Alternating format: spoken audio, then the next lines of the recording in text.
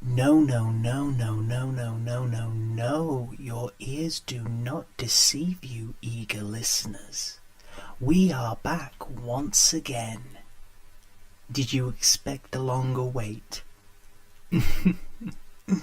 Oh, my dear listeners, you do not understand that the more you listen, the more you want to hear us, the more you want to be heard yourself. Then we are here as, of course, your most humble of servants. To obey, to listen, and to make sure all of you have somewhere you care.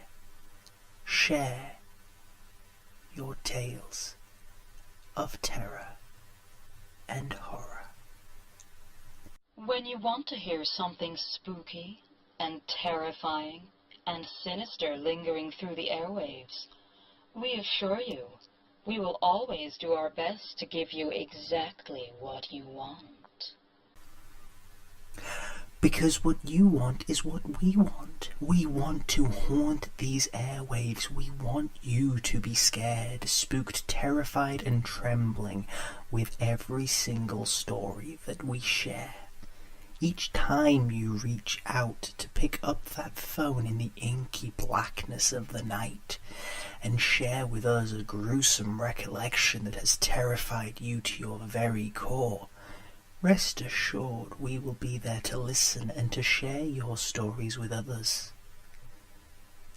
And with so many people willing to speak with us, we are able to appear once again to you here, now, and with a slew of eager callers already filling our switchboards. Who do we have first, producer? A warning, it seems. Not for us, but for those listeners who like to bend and break the rules. A warning. Interesting indeed. Hello, caller. The microphone is yours. Tell us about what things haunt you in your darkest hours.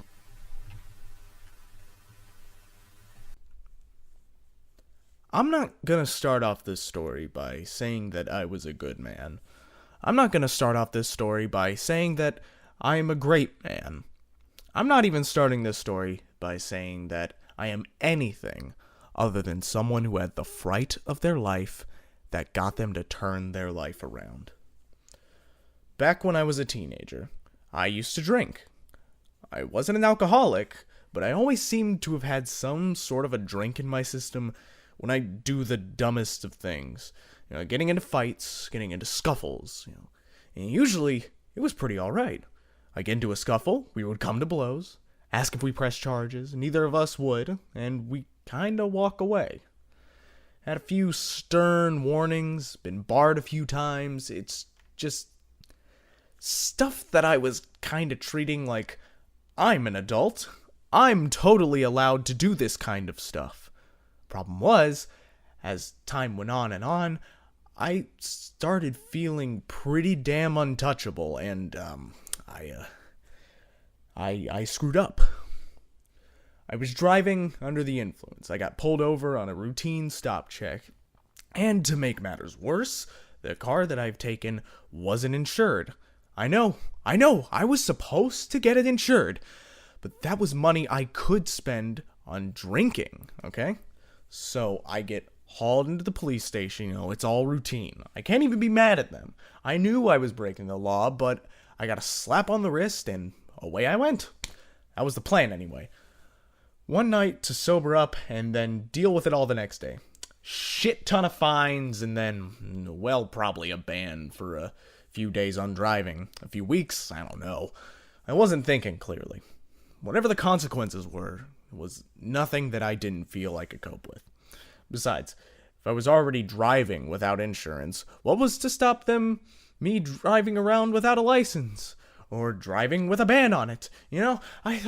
I thought I was pretty cocky and pretty confident. And even as they gave me the blanket, they called me sir and gestured for the cells. They are weird themselves. It was just something about them. The walls, the bricks, I don't know. I thought maybe it was the drink. I thought maybe it was the alcohol in my system, just making me think things were weird. But there was something about them this time. There was beige yellow walls. Suddenly didn't look quite comfortable. Well, rightfully so. It's not a hotel room after all. It's a prison cell. A holding cell, I think they call them, actually. So my boots were taken off, and I sat there in a crumpled Armani suit, the only suit that I, had at the time that I wore for when I was out drinking. Needless to say, I practically lived in that suit. Anyways, I settled down on that bunk, and I closed my eyes to try and get some shut-eye, And then I started to hear something outside of my cell. It's like a breathing. A thick, heavy breathing. I think it's maybe just one of the officers walking past or another prisoner in the other cells. First, it doesn't bother me. Sure, it's loud enough for me to notice, but what am I gonna do? Loudly yell at them to stop breathing? I close my eyes and settle down. Unfortunately, it gets worse. It gets louder, and I figure that someone is obviously having a joke with me. I get up, which is... I got up pretty quickly considering that I still had, the best part of a couple dozen beers in my stomach. Anyway, I come stumbling up to the door, banging on it hard. And I expected to hear the scuffle of feet as they jumped, or even a half-choked-out cough, just something that told me someone out there was having a joke. There was nothing, okay? There was nothing. If anything, the sound was just as bad. So I stopped banging on the door. Hey, whoever's out there, could you knock it off? Is basically what I said without the few choice, colorful words that I had picked. You see, you can't open those little grates in the doors on the inside. Someone has to be on the outside to open them. And they only open them if they come to have a talk with you. So I can't see anyone on the other side. I think that still, again, people are having a laugh on the other side of this cell. But then, to my horror, the latch suddenly opens and I am looking at one of the weirdest, most horrifying faces that I had ever seen. Skin. Oh god, the skin was all slimy and oily and blackened. It was like someone had been burned horrifically and then covered in cooler gel to try and keep them alive.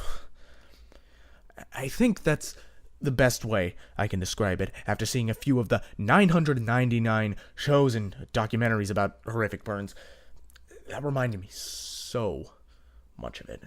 I actually had to get up and walk away, but I'm looking at this face and it's so close to the latch that I can practically see the piercing eyeballs. And there is something wrong with them. Those eyes look like they're twisted sideways in their sockets. You know how eyes have a weird oval shape to them? These had that, but were tilted the wrong way. They were twisted at such an angle it kinda looked like the eyeballs were going sideways. And the actual pupils themselves, the actual irises and everything, they were far too small. It wasn't just that this thing had wide eyes, they had piercing, tiny little dot eyes. And it's looking at me. I only see this thing for like a second, and I mean a full second. Count that. 1 Mississippi. And in that time, my brain looked at my drunken self and thought, what's going on here? And then suddenly realized that what I'm looking at is not normal. Not normal at all. And I jumped back with a yelp. No, it was nothing much about how I sounded. I screamed and I shrieked. I didn't even make any coherent words. The police officers just heard me screaming, where is it? Where is it? Over and over. Until finally, I guess I was looking at it 1 second, and the next thing I know, the cell door opens, and there an officer stood, with about 2 or 3 of his buddies behind him, just to make sure he was safe. He stood there, looking at me like, well, what's up, sir? Is everything all right? And I look at them, and I ask, is this a joke? Are you you're you're messing with me, right? Surely you are. I figured that they were like, pulling my leg or something, but they're looking at me as confused as can be. Sir, are you all right? No! No, I'm not all right. I saw something out there. There's nothing there, sir. They even showed me. I guess it was somewhat against protocol, but I stepped up to that cell, but I didn't want to go any further. And I looked around, and there was nobody there. There was nothing there. Nothing that could even remotely look like what I just saw.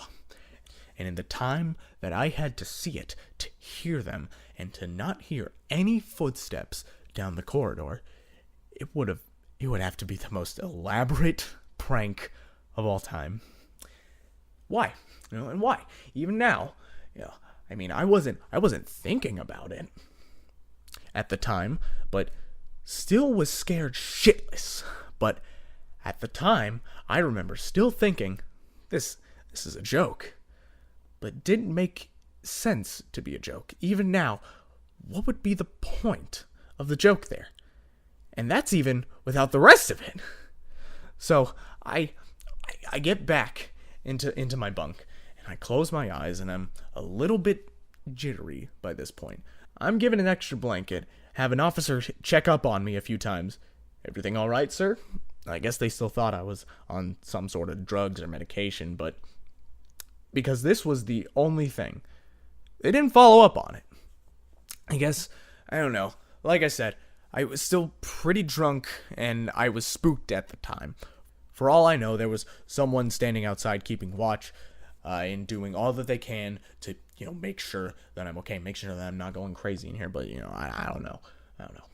3 times. Someone came to that latch, and they said, "Everything all right, sir?" Yeah, and they woke me up once.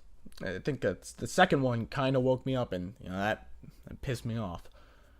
I'm grumbling and annoyingly saying, yeah, whatever, that time. The third time, "Is everything all right, sir?" Kind of half-heartedly mumbled. The fourth time I was asked exactly the same thing, but the voice was unlike anything I had ever heard. It was a high-pitched rasp that sounded like someone was gargling underwater all at once. It was like someone with a high-pitched, croaky old voice was talking through a mouthful of mucus, like with a bad cold. "Everything all right, sir?" I sat up, I looked at the cell door, and I saw it again. I blinked in horror, I yelped, and I sat up. And in that time I'd done that, there was someone else stood there. One of the other officers kind of looks at me and asks, "Is everything all right, sir?" I'm a little jittery at this point. I look around, and I just ask, "Am I able to have a cup of tea or coffee or something?" "No cup until breakfast." And I said, "Can I have a drink of water then?" He seems all right with that. He gets me a cup of water, brings it in, and I drink it. I'm shaking a little bit. Anyway, the guard is looking at me and just quietly says, "This is what it's like when you get locked up. You want to get yourself sorted out, man." I didn't think much of that. I just think, yeah. I was dismissive of anything that was an obvious, real, kind gesture, because I was too busy seeing things coming out of the corner of my eye. But hey, he walks away, and he quietly and politely says, "Hope you have a good night, sir." I'm thinking, by this point, it must be 2, 3, or 4 in the morning, maybe even later. The night's rapidly becoming morning. I'm closing my eyes, and this time I'm actively thinking of good and positive things. I'm trying my hardest to think of happy things, stupid things like friends I used to hang around with at school, and my fiance that, well, she is my fiance now, but at the time she's still a girl. I was sort of dating at the time. I didn't think much of her, but then she was very, very beautiful, and I was not gonna say no to her.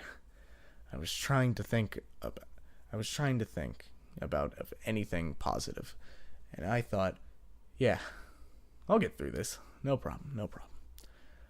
About an hour passes, and I'm lying in the bed, and this time I'm hearing thuds, like someone is full on kicking each of the prison doors, but not rapping on them gently to make sure everything is okay. No, full on kicking with all the strength that they got. One single bang! Every door except mine. I'm awake and I'm thinking, oh Lord, here we go again. I'm just thinking, I'm gonna see this little face appearing, this horrible face at this little latch. I wish I had. I wish that's all it had been. Because the latch opens, and sure enough, it's there, looking at me. And then there's a bang! Same noise, echoing through my door, like all the others. And it's on my side, and I can see that this thing is shaped like a human in a baggy, dark clothes that looks like it had literally crawled out of the grave. It's slimy and gloopy, and I can see bits of bones hanging from his hands. And the worst thing of all was I'd been looking at this thing stood there, thinking it was on the same level as the latch. It was hunkered over in the room.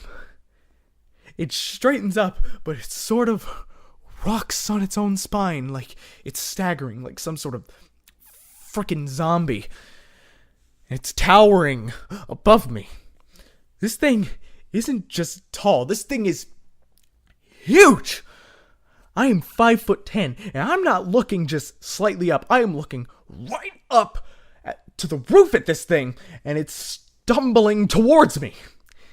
It's got something under its hand. It looks like a trencher, a club, something like that. It's dragging it along the walls, and it's moving closer towards me.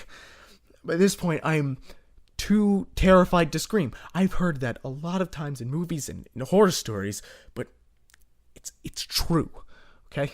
Sometimes you get so terrified, your brain is trying to process what the hell it's seeing. And I'm looking up at this monstrosity stumbling towards me, leaving its black, gloopy footprints, and it smiles. It smiles with the biggest smile. It goes from one cheek to the other. It takes up its entire face, like it's grinning literally from ear to ear, and it's getting larger and larger and larger, and as its mouth is opening, I can see through where the cheeks should be. Finally, I find my voice, and it's no more than a foot away from me when one hand reaching out, and I scream with all of the power of my lungs.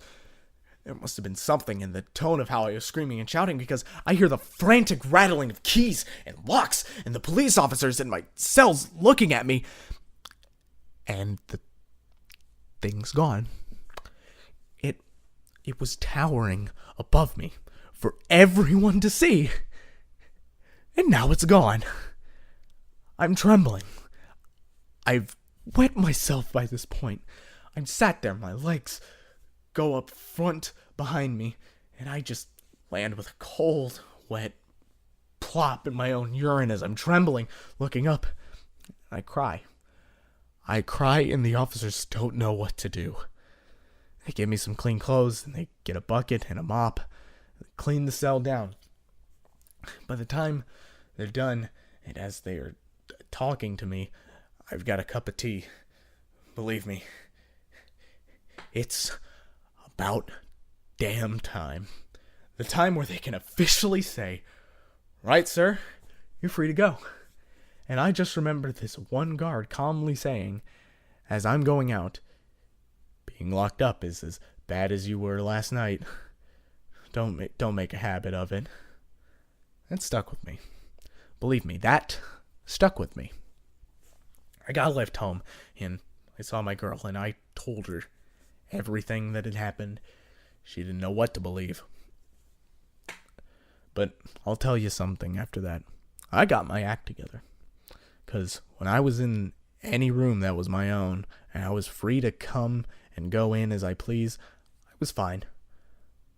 But there was something just about that night, and that scared everything out of me.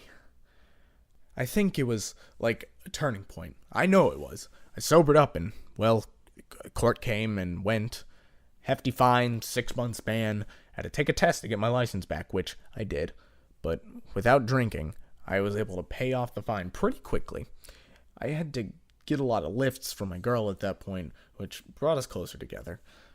I didn't want to argue with her. I knew I needed her help, but then we settled into a really comfortable life together. I did a bit of research a few years ago, and that's kind of why I wanted to bring up this story. You see, I looked up this old police station, and I found that there had been a guard that had worked at that station. A guard. Some kind of police officer in the Victorian era. It was this gentle giant, they called him. About 6'7", towering man. There was a rough police sketch of him. Like a pencil mock-up, and this big Abraham Lincoln-style beard. Apparently, he had always been very strict with the criminals and would often do his best to intimidate them into a straight path, but he was also a fair man. If you were on your right way, he would do his best to ensure that you got the chance that you needed. He was killed, burned alive on his shift due to an accident with refilling an oil lantern after a long shift. I'm not gonna name his name because he has some descendants and I don't want them to be harassed by this call. Plus, as you say, it is our choice to do what we tell.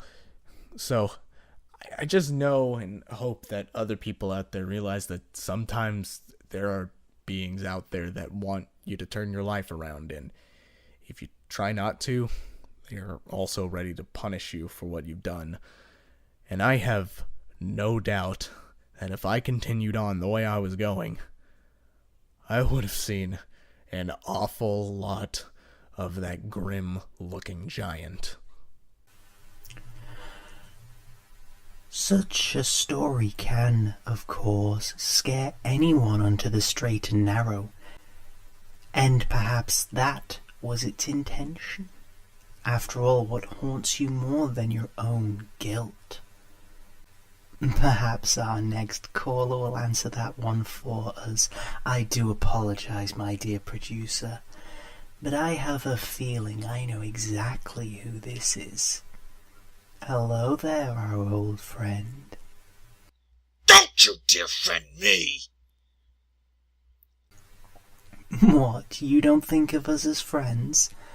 After all, the amount of times you have called, determined to let your voice be heard, you have helped us to gain so much popularity. Okay, I'll bite. How did you do it? It's very different having some wise ass at the other end of the radio telling me all about spooks and scares. But where do you get off having someone come into my workplace? Alright, you want to know what happened? Mr. Playing Dumb there on the other end? Okay, and this is for everyone out there, too. I work in an office space. Nice little honest job. Doing some proper work instead of what this jerk-off does. And I'm busy, typing away, filling out documents just like I'm supposed to do. Like a proper little wage slave. And just as I'm going to the bathroom to take a leak, I look up and I see someone stood at the far end of the hall. And it is that same freaky-ass woman I saw the last time you aired. Yeah, that freaky-ass woman with the mangy-looking hair and the scruffy-looking clothes. You trying to get me fired or something? You trying to spook me? Now listen, I've called up and I've tried to shut you down, but you come anywhere near me and there'll be a reckoning. This is completely out of line. Well, I do have a sneaking suspicion that we are going to hear from that dear caller of ours again soon. Again, I know. Why let him onto the air? Why bring him into this mix? Again, As I have said before, I do not want to be a censor. I do not want to decide or decree which stories are good enough to be heard. No, that is up to you.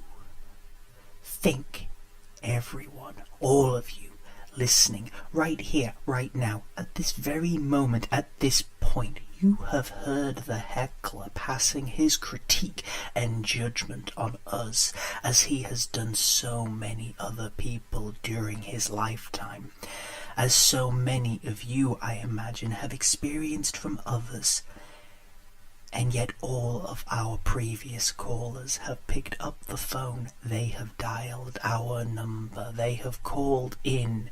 However, they acquired our number, and they still shared their stories, despite his judgment, despite that fear lurking over them for every story they have shared. And yet you have overcome that fear. You have overcome that terror. You have become stronger. And as you have become stronger, we here at the Spirit Radio have become stronger too. We have been more than willing to stand by your side and listen to you, to make sure that you are heard and validated, that you know that whatever your nightmares may be, you will not feel haunted by judgment. Not here. Not now. Speaking of judgment, our next caller might be all too aware of judgment. Aware of judgment or fear of wrath? Which is it, caller? The microphone is yours.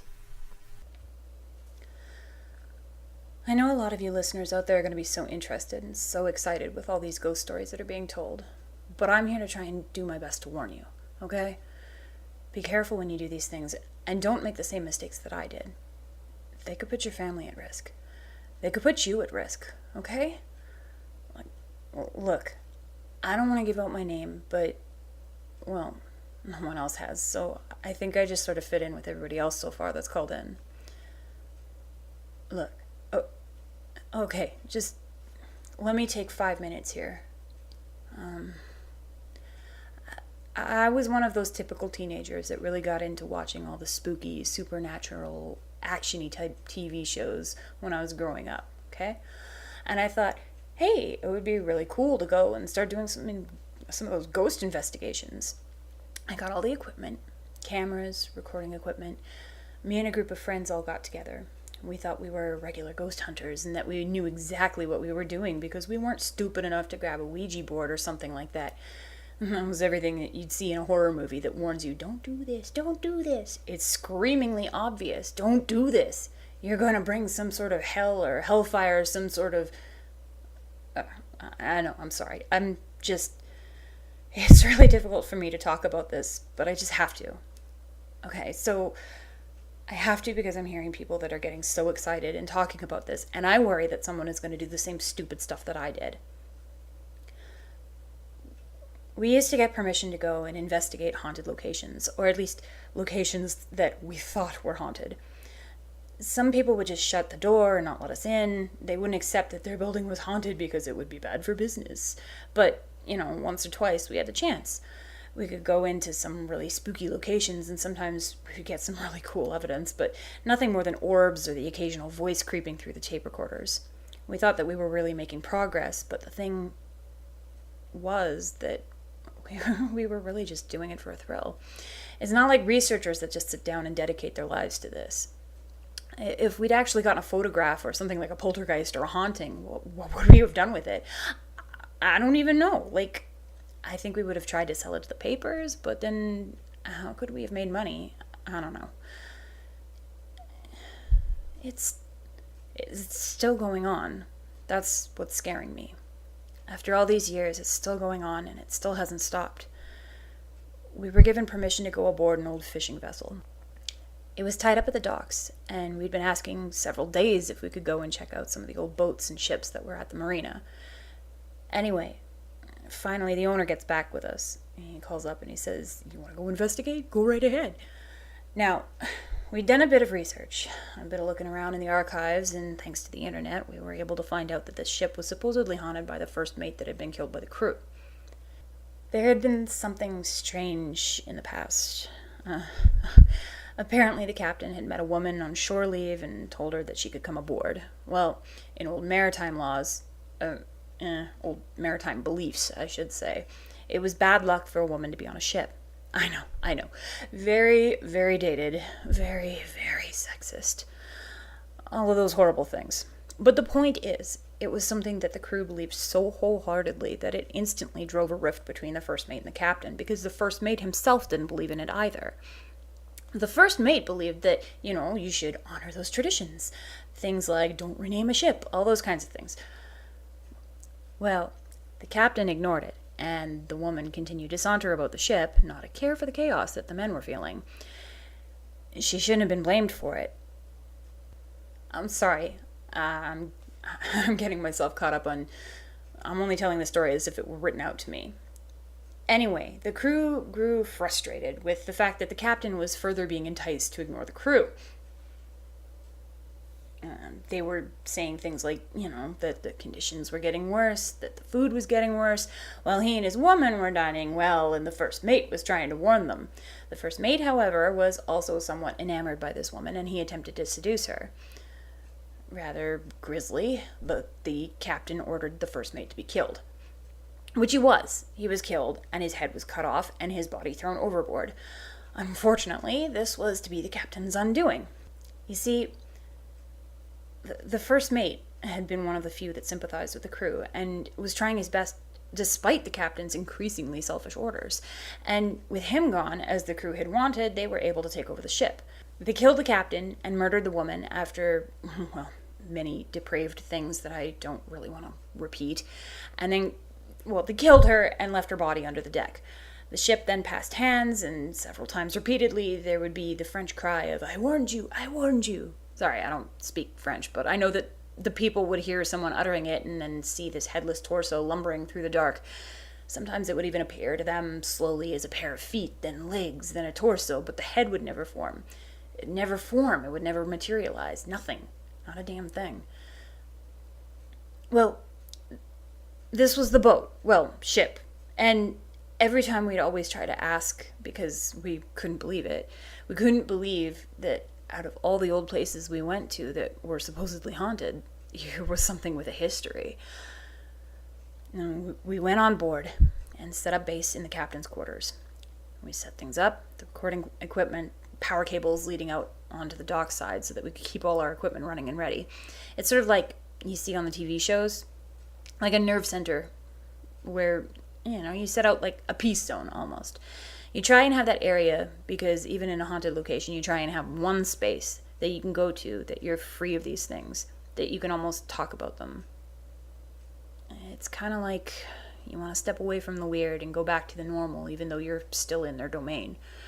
You're in their domain and you're trying to take it for yourself, and we were so stupid for trying to do that. Anyway, the night went on, and we set up our recordings and film. Very little contact. Very, very quiet. Very, very routine.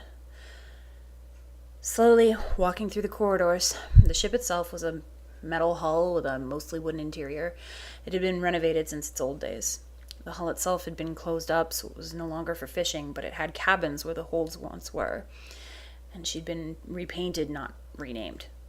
So we had our radios all set up, and I go to the far end of the ship, towards the bow. Very, very quiet, with several sounds and several false starts.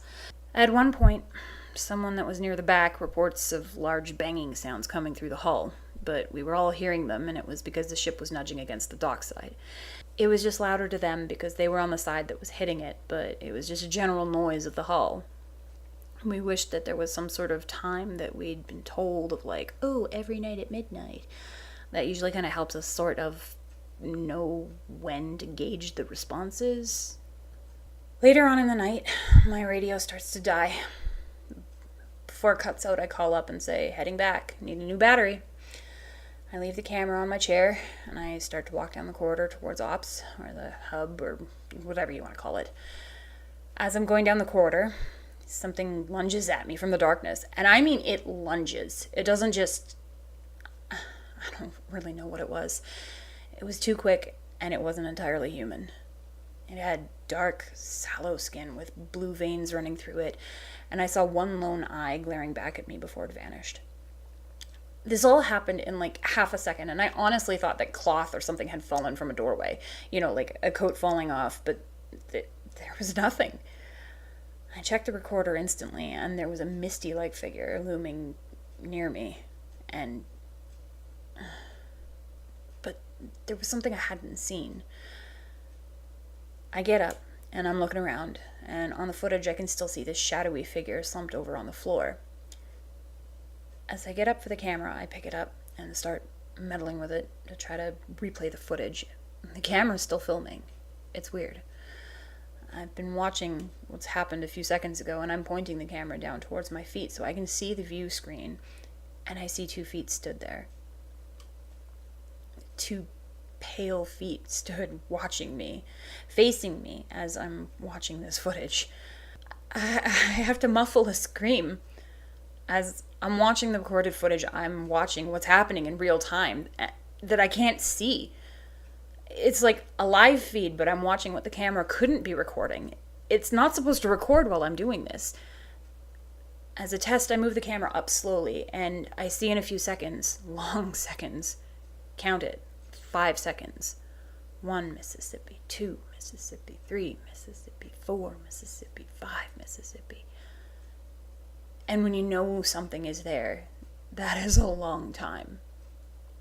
And I see the camera move. I'm getting a delayed live feed from a camera that shouldn't be recording, but it is. I bring the camera up higher and higher. Oh God, I still remember it. I get to where the neck of this thing should be, and there's nothing there. I realize this a few seconds late. If it moves, I won't know until I see it or until it's got me. It's too much. I turn and run to ops as quickly as I can. My feet are pounding through the hall, and I'm shrieking at this point. I don't care who can hear me. I don't care what's going on. I get back there, and everyone's looking at me with the strangest expression. They said I looked so pale and so sweaty. They thought that I'd run a marathon while I was sick or something. I showed them the camera and tried to show them the footage, but when it got to the footage, it didn't work properly. Of course it wouldn't. I was watching a camera that wasn't recording, and how could it record the footage? It literally gets as far as me picking up the camera, pointing it at the ground, and it cuts off. It completely cuts off, and there's no evidence whatsoever of what I've just seen. Apparently, according to our tech guy, he says there's something of the footage, but it's... You see the timer gets to about 14 minutes in or so, but where I grabbed the camera and it cut off was 13 minutes. So there's an entire minute of footage that we can't see that's just staticky. There's something wrong and he's trying to clear it up, but I can't prove it then and there.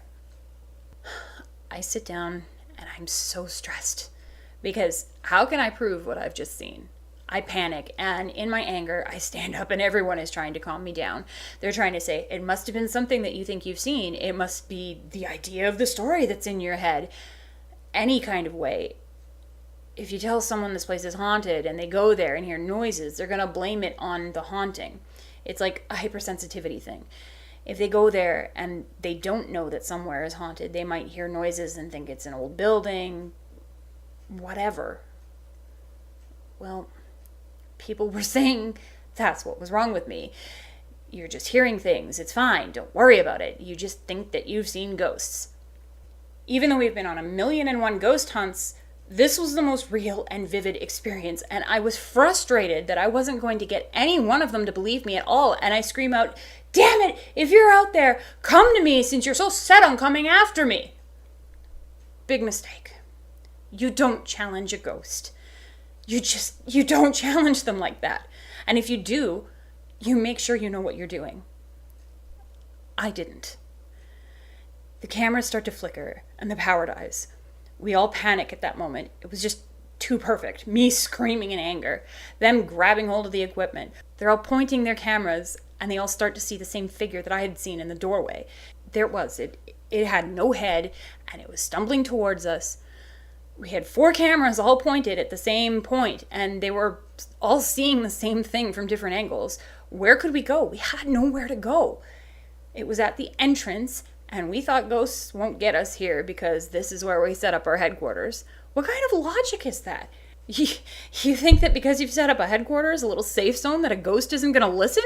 Especially when I've challenged him like that. They see it, and it's stepping closer. One of them moves to the left to try and shuffle around it. Everyone is going hysterical at this point. We're all freaking out. By now, all thoughts of trying to get some sort of evidence have gone right out the window. The equipment is still down. Laptops, generator, all of it. It's busted, and we can't get anything to turn on or off. The radios start blaring out the same message in French. I warned you, and it's coming towards me. My friends are all shuffling around the edges of the cabin because they can see it, and I can't. I can't because I don't have a camera, and they've all moved away, and I'm screaming in horror, don't leave me, for God's sake, don't leave me! But they were terrified too. Eventually, the technician who couldn't see what was going on, because he didn't have a camera, he has a look at one of the monitors. He has a look at one of the cameras, sees where it is, and sees that it's only 3 feet away from me. He just lunges around the side of me and pulls, and my God, I hear something from one of them that made me just shut down. I can't remember anything except for the words, "Look out, it's grabbing at her." We ran out of the ship as quickly as possible. I was dragged, stumbling and tripping over my own feet and sobbing. We ran to the shore. We got in our cars, and we just left all of our equipment where it was. We all stayed at one of my friend's house, and he told us that as the technician had pulled me out of the way, the thing had grabbed at me, and it was coming for me. I decided that maybe ghost hunting wasn't really for me at that point.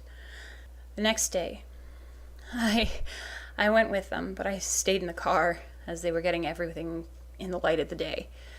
Very little footage was recorded. Static was running around. Memory cards were struggling to save things. If we wanted to view something, sure, great. We had no problem with some of them, but it would keep losing entire recordings, even ones we did afterwards. It was like all the equipment was corrupted somehow. Like it couldn't save anymore. Huge chunks of its memory were taken up with videos that weren't there, and we couldn't clean them out no matter how much we reformatted them. So most of them we just had to throw away. A week later, I was in my parents' home, and I went into the kitchen late at night to try to get something to eat. Just when I thought my nightmare couldn't get any worse, I see this thing standing in the kitchen at the end of this long corridor. I had walked it so many times. I grew up in that house. 10 years we lived in that house. And suddenly I see this thing that I know shouldn't be there, and it starts stumbling towards me like a run. I scream, and I collapse on the floor, and just before it gets to me, my father picks me up and asks, "What the heck is going on?" And it's gone. I tell my parents what happened, and at first they don't believe me, but then 3 days later, my dad saw something. He wouldn't tell me what it was, just a quiet, "I believe you, sweetheart." We packed everything up and we started to look for a new house. That was 2 years ago, and I've seen it 7 times since then. I've tried speaking to spiritualists. All I can say is that whatever it was, it's decided that because I challenged it, just like a woman challenged it in the past, this ghost is not going to stop. And I'm terrified because I don't know what's going to happen when I die. Is it going to come for me? Is it going to be the thing that takes me? I hope that talking about it frees me somehow. I don't know if it will, but I'm just trying so hard to warn someone out there. Please don't challenge these things.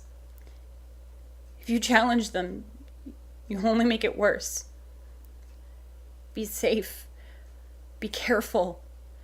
But most of all, be respectful of them because they are stronger than we could ever imagine. Everyone is so willing to take the risk and roll the dice when their own lives are on the line, for the sake of a thrill, a joke, the experience of knowing you brought it upon yourself. But when a family member is in danger, the game changes entirely. I only hope that the next time you go looking for something spooky and sinister, it doesn't follow you home. Perhaps if it does, it will give you a story to share with us. The more they share, the more we listen. A very wise observation, dear producer. Though not all of our tales are nightmarish and horrific, this one, I feel, many of you will enjoy, if only for the twist it offers. Hello, dear caller. Please tell us of the time that a haunting was no hindrance, but a help. Hi, first-time caller, long-time fan, I guess. It feels like forever since we last heard another broadcast from you. Anyway, I just wanted to say that there's been a lot of calls tonight that seem to be about, like, ghosts and spooks and those sort of things, and can I share one, even if it's spooky, but it's not really, like, a bad story? Okay, right, well, I'm a babysitter. I've done babysitting for the past few years, and I'm pretty good at it. The kids love me. I love watching all the kid horror movies. I'm a kid at heart, I love watching silly, spooky Halloween movies all throughout the year. Always something that the kids won't be too scared by, I try to be family friendly. I guess because I'm a little bit different and alternative that, the parents kind of trust me a little bit. They don't think I'm going to start running around and hanging around with my boyfriend or ignoring their kid in favor of doing something else. I'm pretty mellow, go with the flow and everything. Anyway, a few months ago, someone who lived across the street from me, I'm not going to name names, but he moved away. His wife passed away a few years earlier, and he wanted to go into, residential care. Like a care home. And a new family moved into his old house. And they had 2 little kids. Oh, they were the cutest little kids. They've got these big, bright smiles, blonde hair, curly, and kind of cut into matching styles. The brother's got it slightly longer, and the sister has it shorter. They're like 2 peas in a pod. They're just so damn sweet. Anyway, the father came over one night, and he said that he had heard of me through word of mouth. As babysitters, you don't really advertise your services, You don't say go around door to door and everything. But I had a good reputation with the parents on my street. They came over one night, and they said, "Hey, excuse me, in a few weeks we'll be going away to a concert, and we wondered if you would be able to babysit for us, please." And of course I said, "Yeah, sure, no problem." It was really, really nice to know that, wow, within a short amount of time, people were turning up at the neighborhood and they were asking me, rather than calling up somewhere else. It was great. I was overjoyed. I packed my bag full of the best movies and DVDs and books even, because sometimes the kids like me to read stories to them. I guess I'm a bit of the corny, typical movie babysitter, really. I also sometimes do arts and crafts if I've known the kids for a while, but I try not to do that on the first night, because I don't know what the kids are allergic to, what they like, what they don't like, so either way I played it safe. I got some books, got some scary stories, but nothing too scary, because if one of them reacted really badly and was terrified to what we were watching. I've seen kids be scared by the weirdest things. I knew a kid once who was scared of Care Bears. Imagine that. But anyway, I turned up at the doorstep, and the parents tell me there's money on the fridge if you want to get yourself some food. Just nothing too spicy because my boy has a little bit of a sensitive stomach. I just smiled and waved them off. Everything was absolutely fine. We started watching a few spooky kids movies, and I'm laughing because I've seen them 1,000,001 times. And at just the right moment, when I know it might be a little too scary for them, I break the ice by laughing or giggling or comparing it to something silly, like I think in one of the movies there's a skull face or a cavern, and I have seen some kids get scared at that point, because the lightning lights it up. So I just make a joke about how it looks like, and I know it sounds stupid, but like a big bunch of lumpy marshmallows. When the kids see it, they tend to laugh and giggle and not be as afraid of it anymore. Pretty routine as for one of my nights of babysitting. Anyway, I get up, I go to the kitchen, and because the first movie is already finished and the credits are rolling and the kids are laughing and talking to each other, quoting lines and acting out scary scenes from it, I get up and I walk towards the kitchen. And as I'm in the kitchen, I'm washing my plate, trying not to leave a mess in the house kind of thing. And as I'm washing the plate, I look up and cover my mouth to stop me from screaming in front of the kids. Because there's this woman a little bit older than me, and she stood there with half of her face burned so badly that you can see the skull beneath it. One of her pigtails is completely burned to her scalp, and she's got the most forlorn expression on her features. And she's trembling and twitching, and I was so scared to death and shrieking through my mouth. I thought that maybe it was someone on the other side of the glass, or for a second I had to look at my reflection, but by the time she had vanished, my reflection was there. It's like once she left, I could see myself, stood there where she'd been, and I thought, what the heck is going on? Was I being pranked or something? Is this a joke? But none of my friends would do that. They knew I had kids to take care of. I guess that maybe I've gotten too wrapped up in the movie or something, or maybe it was something I'd eaten. I tried to explain it to myself, but it still rattled me a bit. And it kind of put me on edge once or twice during the next movies and stuff, and I found myself talking a bit too much during them to try and comfort the kids when really I was trying to comfort myself so that I wasn't so scared. Anyway, I get up halfway through the next movie to help walk one of the kids to the bathroom. She was a little bit scared and wanted some company, so I took her by her hand and got up, being all heroic and saying, "Come on, let's go." And I wish I could have been heroic, because I get up and I see that same girl in the mirror.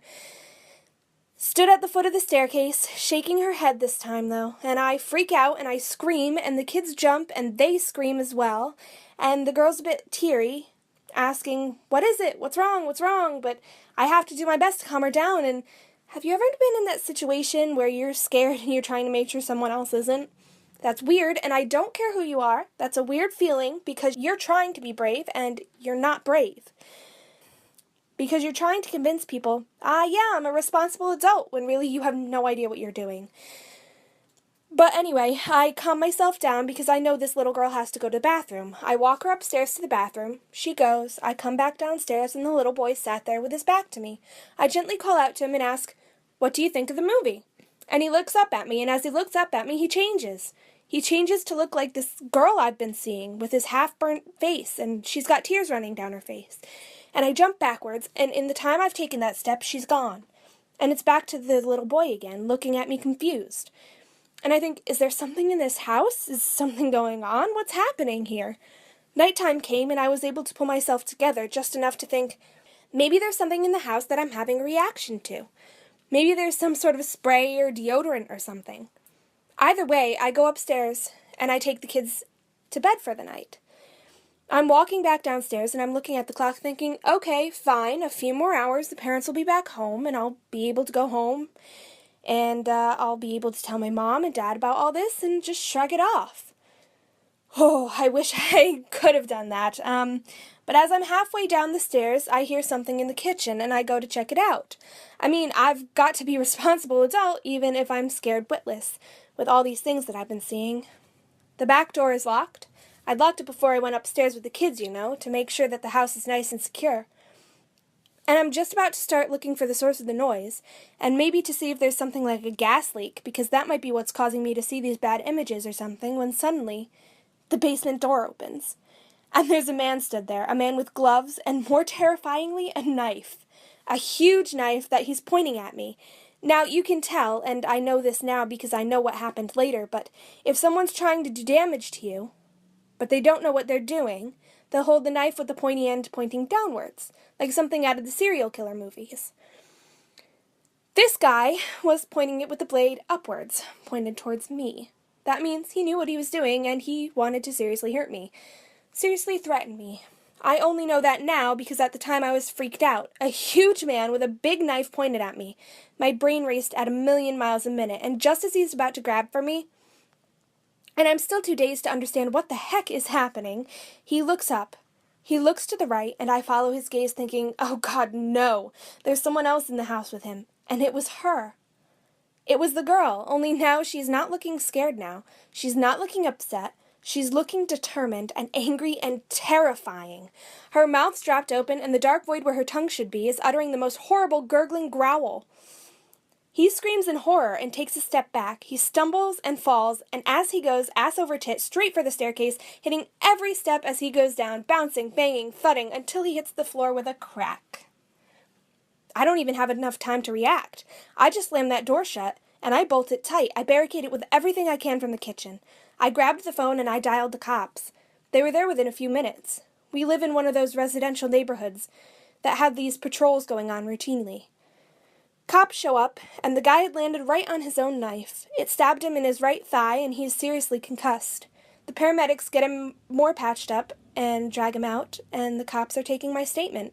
The mom and dad come back, and the kids, while I'm giving my statement, the kids, I'm doing my best, the best babysitter of all, and they praised me. They praised that I was so brave. They said, "Thank you so much. Thank goodness the babysitter was here. Thank goodness they were so quick." Apparently this guy was someone that the family had owed money to ages ago. They paid back the debt, but the guy reckoned that he deserved some more interest. I think it was a moving company or something. They paid him everything that they owed, but he wanted more. So he reckoned that he was going to get in there. He was going to steal some of their belongings. They had quite a lot of electrical equipment. What he didn't count on was seeing whoever the heck that was and seeing me. They've upped their security since then, and the guy's been arrested. It's still ongoing, so I don't really know what's happened to him, and I haven't really bothered to chase it up. I'm just a bit more careful now than I was before. I did a bit of digging afterwards, and I spoke to the guy that had lived there. I went to visit him in the old nursing home because I was curious. I didn't know who the heck that was, that strange, ghostly-looking girl. Well, I found out all right. It turns out years before I was born, the old man had a son that had been taken care of by a babysitter sometime in the 50s. Well, there was an old paraffin heater in the house, and something had gone wrong with it. The babysitter herself was killed in that fire, in the fire that had been caused by it. Her face horribly burned, and the child seriously injured. I'm sorry, it's kind of emotional, but from what they could understand from when they found her was that the babysitter was trying to get upstairs to be able to save the child, even despite her own injuries. She had been burned on the side of her face, practically to the skull. I was able to find her name and find her grave, and I went to say a thank you. A thank you for helping to protect some children who she didn't have to. I guess she felt bad that a child had been injured underneath her watch, and she wanted to make it right by saving another. I'm really glad she did. At the moment, I'm trying to write a book about her, about my ghostly experience, so I'm kind of hoping that her story's told. I know it kind of ruins the mood with everything that has been going on tonight. To talk about a ghost who wants to help someone, but I thought you deserved to know. I did see her one more time. It was just before I was heading back to my mom's car. After saying my thanks to her, she was stood on the distant hill.